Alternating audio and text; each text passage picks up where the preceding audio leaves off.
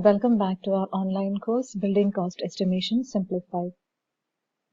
In this video lesson, we will be learning about the basic Excel formulas. As we know, Excel is a very important tool for estimators as it helps us make spreadsheets and use it for various calculations.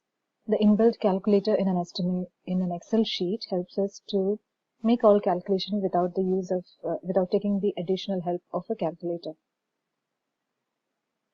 The lesson objectives.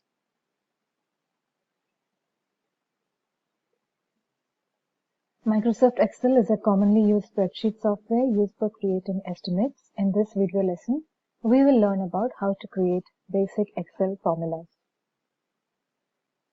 So let's look at formulas. Formulas are equations that perform calculations on values in the worksheet. A formula starts with an equal sign and can contain any or all of the following: function, references, operator, and constant. So what makes formulas known to the Excel software is that whenever we click on a column and then we put in the sign of equal to, then Excel reads it as a formula. And so a formula would have functions and references, operators and constants. Either all of them could be there in a particular formula, or at least part of it could be there. So parts of a formula in Excel are function, references, operator, and constant. We'll first look at function. A function is a pre-written formula that takes a value or values, performs an operation, and returns a value or values. A function is generally comprised of two components: a function name, which is the name of the function that indicates which type of math Excel will perform. For example, if it is sum, then it's an addition formula. The function is an addition function. If it starts with product, then it's a multiplication function. So the function name indicates what the function is about. Similarly, it need not be just arithmetic function. It could be other functions also, if it is to find a text concatenation, for example. So the function name is the first term that follows the equal to sign, and the function that indicates which function is to be performed. An argument, that's the second part of a function, and the argument is the values that a function uses to perform operations or calculations. The type of an argument a function uses is specific to the function. For example, if we are talking about adding values from columns B1 to B12, then it would be sum, open bracket, B1, column B2. So the second part of it, which indicates the cells to be added, the values in which of the cells to be added, that would be the argument. So a type of an argument is the values that a function uses to perform operations or calculations. The type of argument a function uses is specific to the function. For example, sum A2 to A10, it adds the values in cells A2, that's the first part of the argument, to A10. There's a name missing in the example, to A10, and this is the second part of the argument. So this function indicates that we need to add the sum, we need to find the sum of the values from the cells A2 to A10. Now let's look at reference. This is another part of formulas of functions.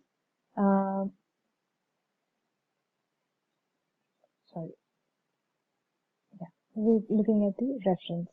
So there is a relative reference, and there is something called the absolute reference. We'll first look at relative reference. In a formula, the address of a cell based on the relative position of the cell that contains the formula and the cell referred to. If you copy the formula, the reference automatically adjusts. A relative reference takes the form of A1. There are no symbols preceding it. This will be more clear when we read about absolute reference also. So absolute cell reference is when we have a formula, the exact address of a cell regardless of the position of the cell that contains the formula. That is called the absolute cell reference. An absolute cell reference takes the form of $A, $1, or we can use other formats like $A, $2 format. So if we are using the format $A, $1, the column and the row do not change when copied. And that means that cell is a unique cell in that particular spreadsheet. In $1, it indicates that the row A does not change when copied, but the column 1 can change. In $A1, the column does not change, which means the dollar symbol is not before the column. It is before the row, so the column does not change when copied. Relative versus absolute. Relative is when we don't have any dollar sign, we just use it as A1. The information can change as it gets copied. For absolute, it is $A, $1. The information cannot change. It is absolute. Wherever it is referred to in a spreadsheet, this value will remain constant. In mixed, it is $A1. Only column A does not change because the dollar sign is in front of the row A. And when we use absolute format, when in a cell, the format has to stay when copied. For example, when you need to keep $1.5, use the dollar in the formula. Like when we used to have to use a constant somewhere in the sheet, we use the dollar symbol. We'll look at an example for more clarity. So we're going to look at an example of relative referencing and absolute referencing. So we have a sales tax written, and we have a list of items, list of the price of items, and the quantity of items. So first of all, when we know that to find the total price of an item is found by multiplying the unit price to the total number of quantity. So here what we have done is we have let me delete this column first. So we have one particular column where we'll have the final cost of the item. So what we do is we have 200, then we multiply it by 4. So the formula was B9 into C9, and we got the total value of that item, the total cost of that particular item. Now what we do is, in order to find that for the rest of the items, we need to just copy the formula. And the way we copy a formula is that we click on this cell in which the formula has been entered, go to the right bottommost corner where the crosshair symbol appears, and then click on it and then drag it down. So unlike our in other ways of copying, where we copy the exact value, what happens in Excel when we copy is that by default it copies the value, and then whichever cell it goes to, that cell will adjust that formula to its reference. For example, when we come to the second column, we see that the column has been adjusted to B and the row has been adjusted to 10. Earlier it was in the previous column, according to the formula, it was B9, and the moment we came to the row 10, the formula by itself adjusted it and took the value as the cells in the rows 10, which are B10 and C10 respectively. When we double click on the cells below it, we find that similar shifting has taken place. Here it is B12 and C12. And here it is B13 and C13. In order to view a formula, what we do is we double click a column. So we have B14 and C14 here. And similarly, and let's look at the last cell. It's B18 and C18. So this is called the relative referencing, where even though we are copying a cell, because we don't have any dollar sign in front of it, adjusts the value according to the destination cell, and the reference gets adjusted to the destination. So now we will look at another one. What we have here is, we are finding the, before that let me delete these values we have here. Okay, now I want to find the tax of a particular item. Now the tax percentage remains uniform for all the items. So what we do is, we have B9 star C9, which is the total quantity of the item. And then we put it in bracket, and then we multiply it by 7.5%, which is the tax, sales tax for this particular invoice. And so what we do here is that, the column is actually E7. We can see that the column is E and the row is 7. But here, before the row, before the column, we put $sign, and before the column also we have put a $sign. And this is for absolute referencing, so that the value does not change across when we copy it across cells to across other cells. So how does this work? What we do is, we'll copy this. So we click on the cell where the formula is, and then we go to the right bottommost corner. The crosshair symbol appears, and then we click on it, and holding it, we drag down. We see that we have 60, 45, 0, 75, 180, 45, 45, 135, 262.5 as answers here. Now let's check what formula has been copied to the columns below. We double click on the second column, and we see that since this part, in the first part of it, we had not added any dollar symbol, it becomes a relative reference. And by relative reference, we mean that it gets adjusted. So because our destination destination value is in the row number 10, it adjusts to row number 10. Instead of the cell from which the reference was being taken is also adjusted to the row number 10. So we have 400 into 2 multiplied here, which is B10. You can see here the 10, row 10 and column B, and then C10, C column and row 10.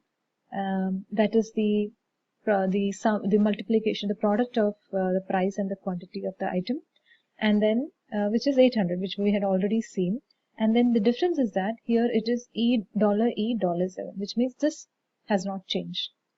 Let's see what happens in the next one. Yeah, in the next one again, B11 and C11 has changed, but the E7 column has not changed because of adding dollar symbol. Even here this has taken place, but since there was no quantity in that column, the answer is 0. Again we click on the next columns. So this is going to continue for the entire list of items. So this is the difference between, this exercise was to show the difference between relative reference and absolute reference. In relative reference, it's a default setting, and we copy it when we copy a formula from one cell to another. Then the destination cell retrieves data with reference to its own row, or whatever the reference it is. The reference keeps shifting. It is not constant. And if we want a constant referencing, we need to add the $sign.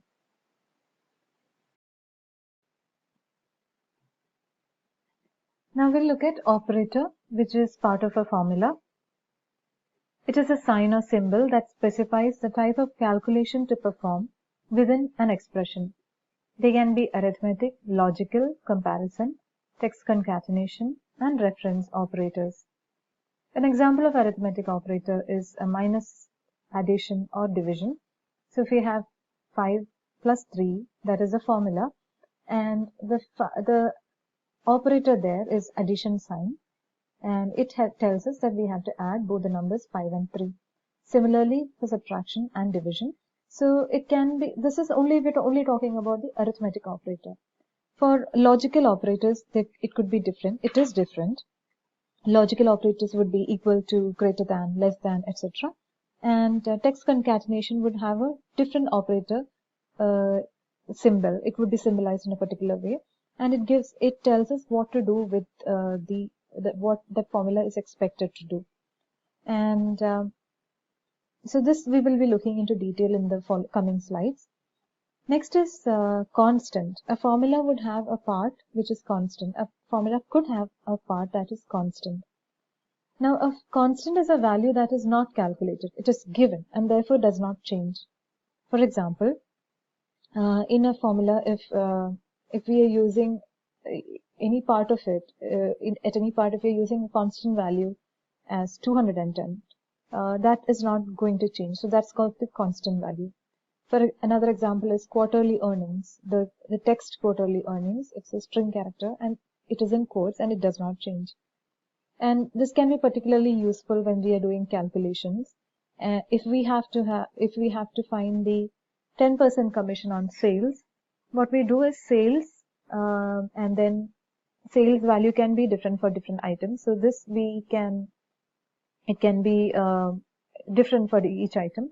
But if the value 0.1 is constant across, then we can add that in the value. We can just put it as star into 0.1 and the constant does not change. Now we'll look at calculation operators and precedents. We look at the types of operators. There are 4 different types of calculation operators. We saw a few examples of arithmetic operators in the previous slides. Arithmetic operators are, it's very easy. It's commonly used. Plus, minus, subtraction, addition, division, etc. come under arithmetic operators. Now, comparison operators are operators which find the two values of a screen two values of 2 items, and text concatenation. It is to connect or concatenate 2 values to produce one text value. And then we have a reference operator when we have to work with a range of cells. We'll look into detail about the arithmetic operator.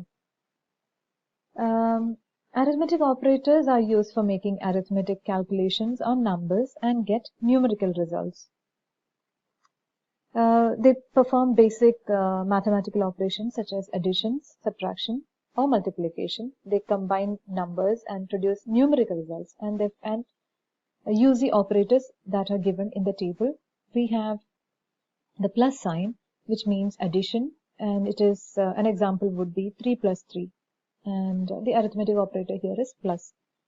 When the arithmetic operator is a minus, when it is to subtract, it is a minus sign, and it indicates subtraction or negation.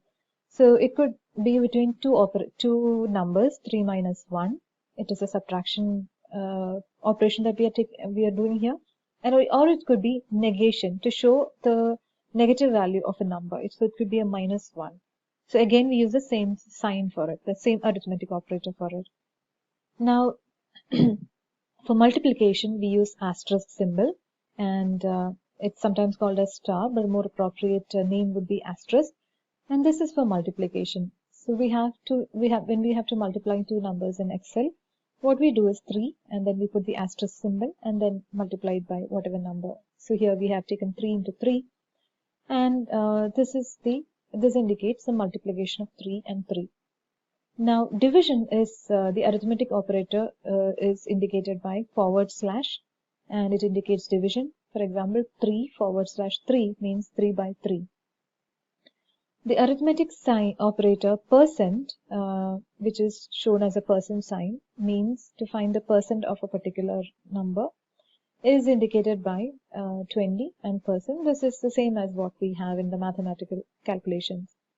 Now we have another symbol called caret. It is indicated by a small inverted V, which is superscripted, which means it is not at the same level as other numbers. It is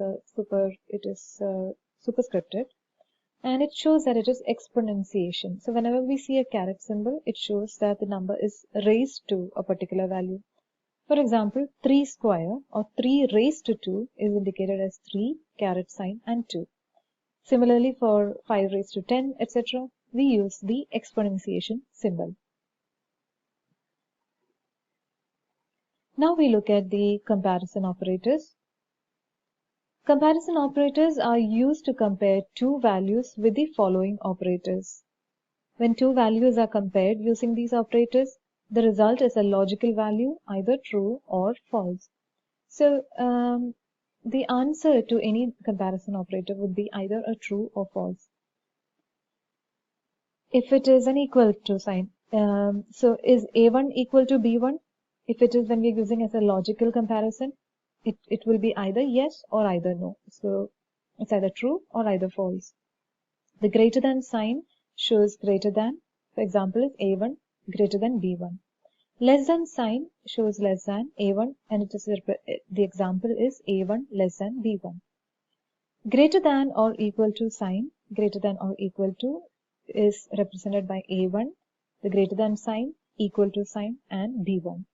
Less than or equal to sign, less than or equal to A1, less than or equal to B1. Now the not equal to sign is represented by the greater than and less than symbols side by side. So it is A1 not equal to B1. So we were looking at arithmetic operators and comparison operators in our previous slides. We look at the next type of operator, which is the text concatenation operator. Text concatenation operator is a text function. So we will be using this operator on text or string functions. It is to join one or more text strings to produce a single piece of text string. So the operator symbol that we use here is ampersand. It is sometimes commonly referred to as and, but the correct terminology is ampersand. Alternatively, we can also use a function concatenate. So if we put equal to, we double click a cell and then we put equal to and then type C, this will come in the prompt, and we can choose this, or either we can type, or we could type concatenate, or we use the symbol ampersand. For example, the text operator ampersand connects, it means it connects or concatenates two values to produce one continuous text value. For example, if we have two different texts, north and wind, if we put north in quotes and wind in quotes and separate it by ampersand, then we get the value as north wind. We can look at a few examples of text operators. So I'm going to show the example of a concatenation formula. So I have entered a few words like brook trout, species, and the number 32. Now I'm going to use the concatenation formula. So for that, I start with equal to sign and then start typing concatenate. Okay, and I double click on it, and the promptings come like text 1, text 2, text 3, etc. I'm going to paste the formula here. So we have concatenate. Then I open the bracket. That's the formula or the format of the formula. Then I put in quotes a constant, which is stream population for, which means this is a constant that's not going to change. That will get repeated as it is. Then the next text is, I separated it by comma, and then I click on A3, which is brook trout, and then I put a comma again. And since I want space in between two words, and space is considered as a character, so I put quotes and the space in between, and that's also separated by a comma. The next is A4, that is the term species, that is my reference, and then again a constant which is in quotes, and then we have A5, which is the number 32, that is in the reference cell, separated by a comma, and again one term in the text per mile in quotes. Per mile, full stop in quotes, and then I close the bracket. This is the syntax of the formula concatenate. Let's see what happens when I press enter. What happens is I get the answer as processed output as stream population for brook trout species is 32 per mile. So this is an example of using concatenation operator in a text.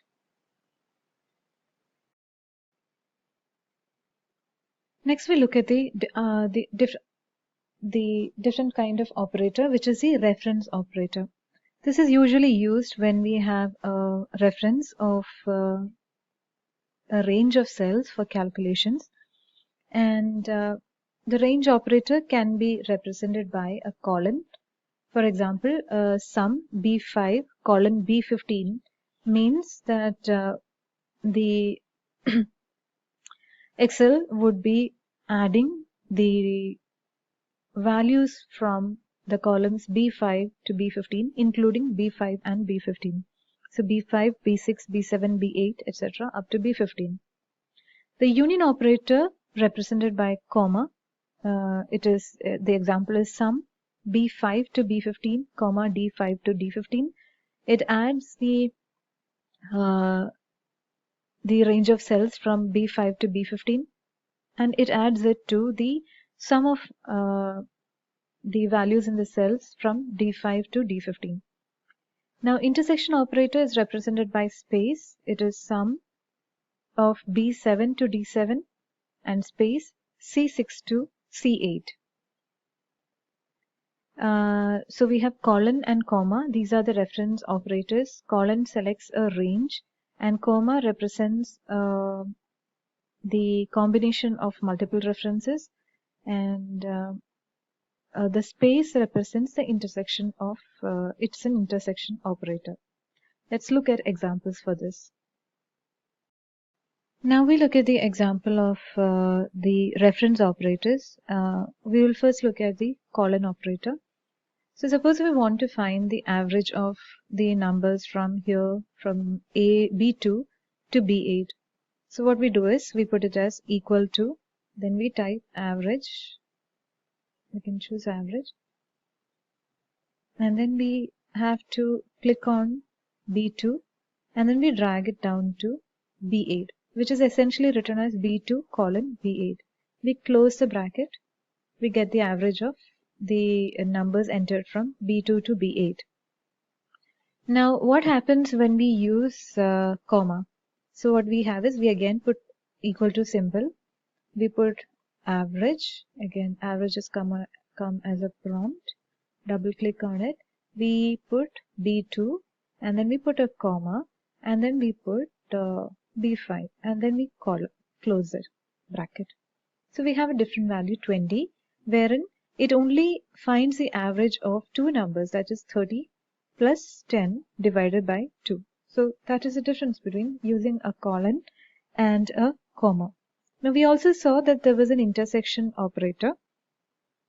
The way we use it is we can use it as the common intersection between two range of data. So if we use it as equal to, and then we find one range, and then we put a space, and then we put the other range. Okay, so we have B2 to B8 as one range and B4 to C4 as the other range, and then we put enter. We get the common value as 20. So in the ranges that we specified, the intersection value was 20, the common value was 20, and the way we did it was we did B2 to B8 and we put a space in between and then we put B4 to C4.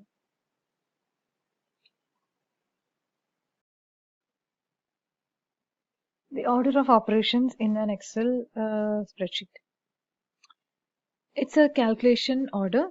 A formula in Excel always begins with equal sign. So whenever we put in an equal sign, Excel knows that there is a formula that is following. We must be familiar with the Bodmer's rule that we have learned in our high school mathematics. And so Excel also has got something similar. To keep things simple, when we have several operators in a single formula, Excel performs the operations in a specific order. If a formula contains operators with the same precedence, for example, let's look at the, first of all, let's look at the operator precedence. So it is parenthesis, exponents, multiplication or division, addition or subtraction. Now, if both multiplication and division appear together in a formula, Excel evaluates the operators from left to right. So the one that is on the leftmost will be given preference. Similarly, for addition or subtraction, if both operators appear in the same formula, Excel evaluates the operators from left to right. Now, if we want to change the order of evaluation, enclose it in parentheses, and this part of the formula that is inside the parenthesis will be calculated first. Let's look at some examples. Let's look at the examples of operator precedence. For example, suppose we have to add, we have a formula 5 plus 2 into 3. So we have 5 plus 2, and then for multiplication we have the star asterisk symbol, and then we have 3. The answer is 11. So what happens here is that the Excel calculates multiplication before addition. So the formula multiplies 2 by 3 first, and then adds 5 to the result. So it will be 2 into 3, 6 plus 5. The answer is 11.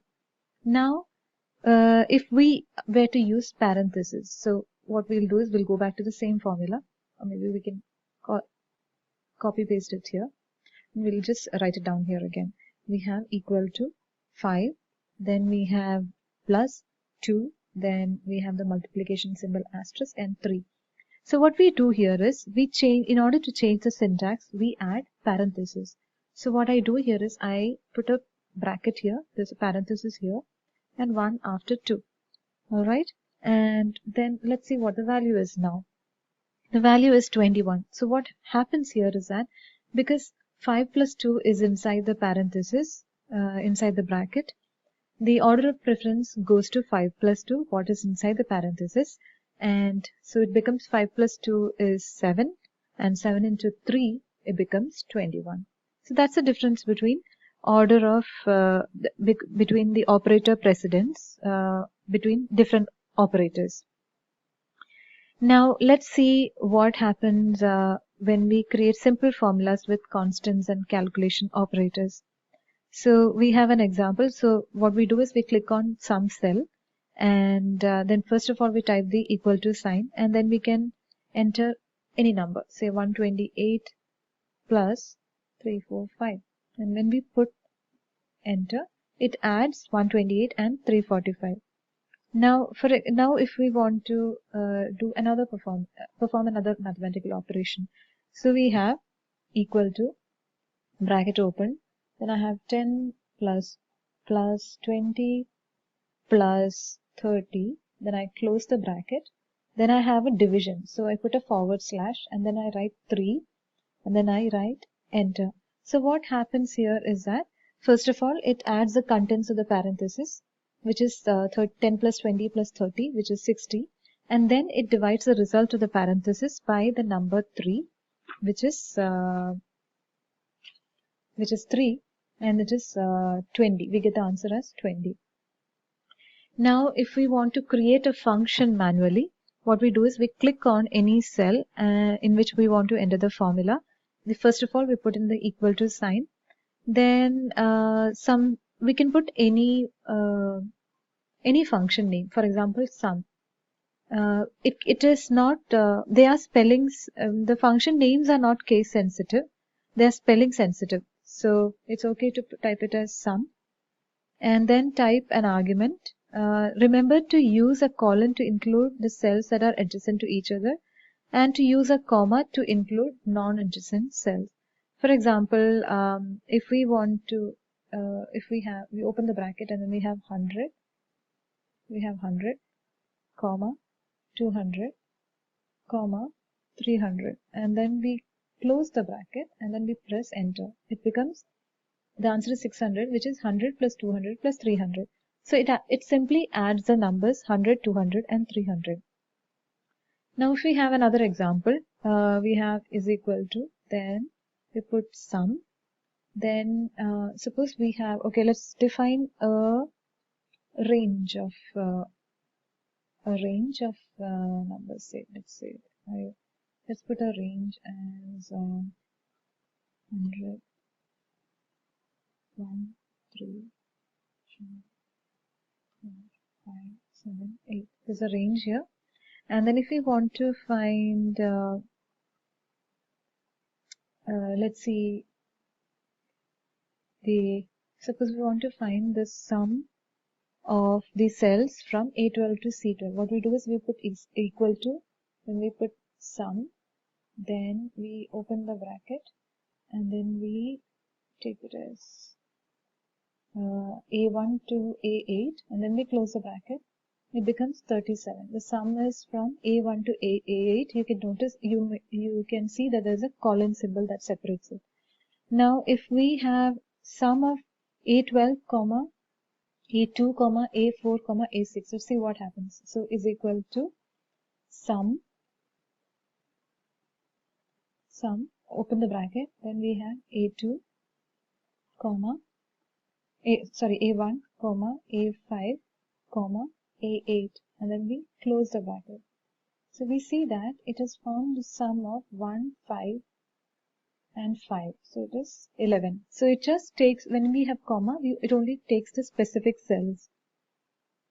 Now, suppose we have is equal to sum, open the bracket, and then we have A1 to A4. Suppose we say that, and then we have a comma, and then we have A7. So we have A1 colon A4, then comma A7, and then we close the bracket. So what we see here is that it is calculated 1 plus 3 plus 4 plus 4, which is 1 plus 3, 4, 4, 8, 12, and it has calculated the cell 8, which has got 8 as a value. So answer is 20. So this gives us an idea of the difference between colon and comma when we are trying to specify a range.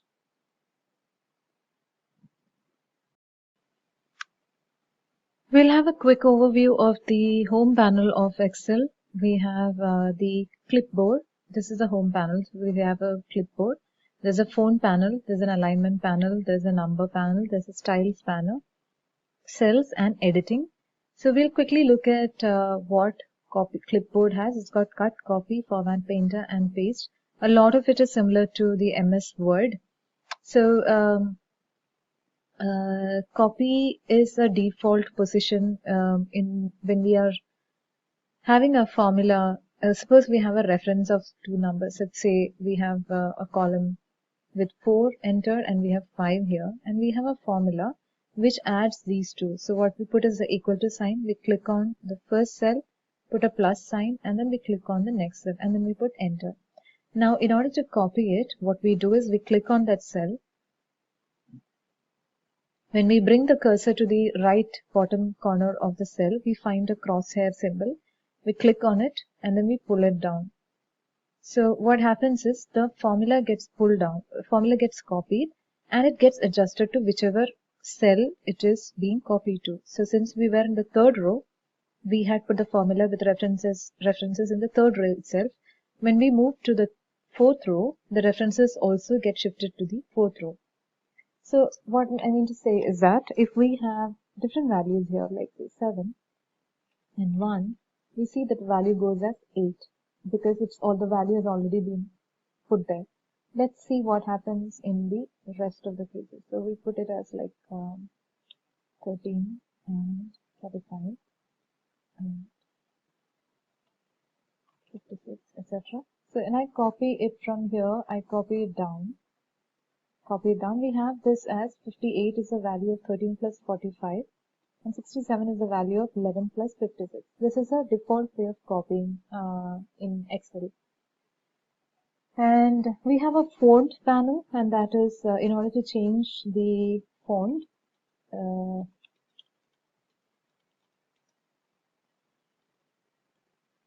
So we have Calibri, and if we want to change the font, we can take some other font, like we have a different font here.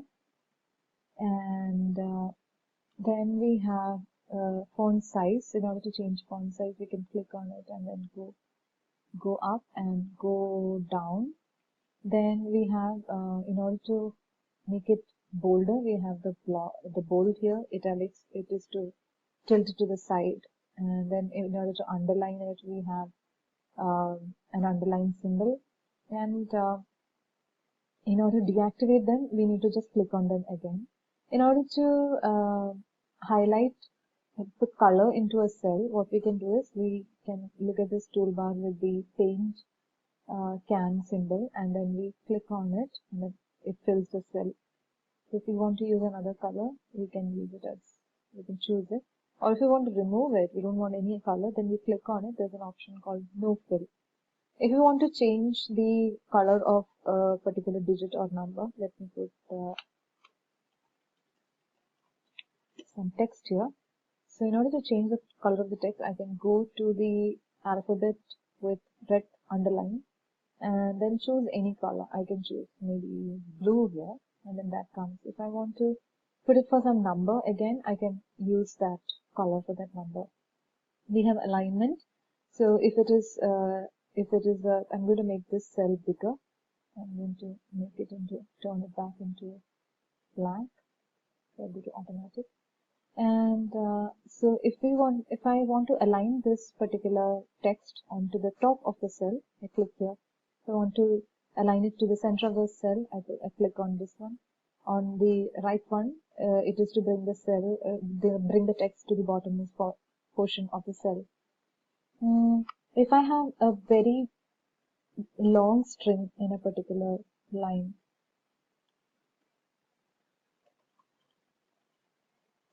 and if I find that it's not fitting into a particular cell, what I can do is I can click on it. I click 3 cells together, and then I can just use this cell, and then first of all we look at the wrap text function. I click onto this. All the text gets filled into the particular cell. Now the next function is merge and center. What I do for this is that I can click on 4 multiple cells together. Then I click on merge and center. What happens is it merges all the cells and the text comes to the center. Now in order to align it to the center of the cell, I go back to the command that we saw earlier, and then I click on it. It comes to the center of the cell. So these are some of the basic editing or aligning skills that an estimator need to have. And just one more formula or one more function on the home screen that will be particularly useful for us, and that is the auto sum. When we see here, there is option for sum, average, count numbers, maximum and minimum. Here we look at the sum option. So I have 4, 7, 13 and 11 in the first column, that is A3 to A6. What I will do is, in order to find the sum of it, I will click on it from A3 to A6 and then come down to A7, and then I'll click on auto sum. I get the value as 35. When I click on this final destination, the result cell, I see that it is sum of bracket open A3 colon A6, which is the range from A3 to A6. So this is how we find sum easily from the default, from the function that's given on the home screen, instead of going to instead of typing the function name as such.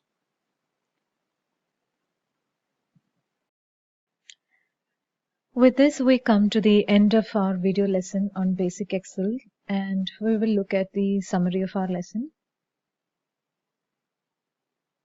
Let's recapitulate. In this video lesson, we learned about how to create basic Excel formulas. We discussed the following: how a formula is constituted, what is a function, reference, operator, and constant, various calculation operators like arithmetic operators, text concatenation operator, and reference operator. We also discussed the order of operations in Excel and also familiarized ourselves with the Excel interface.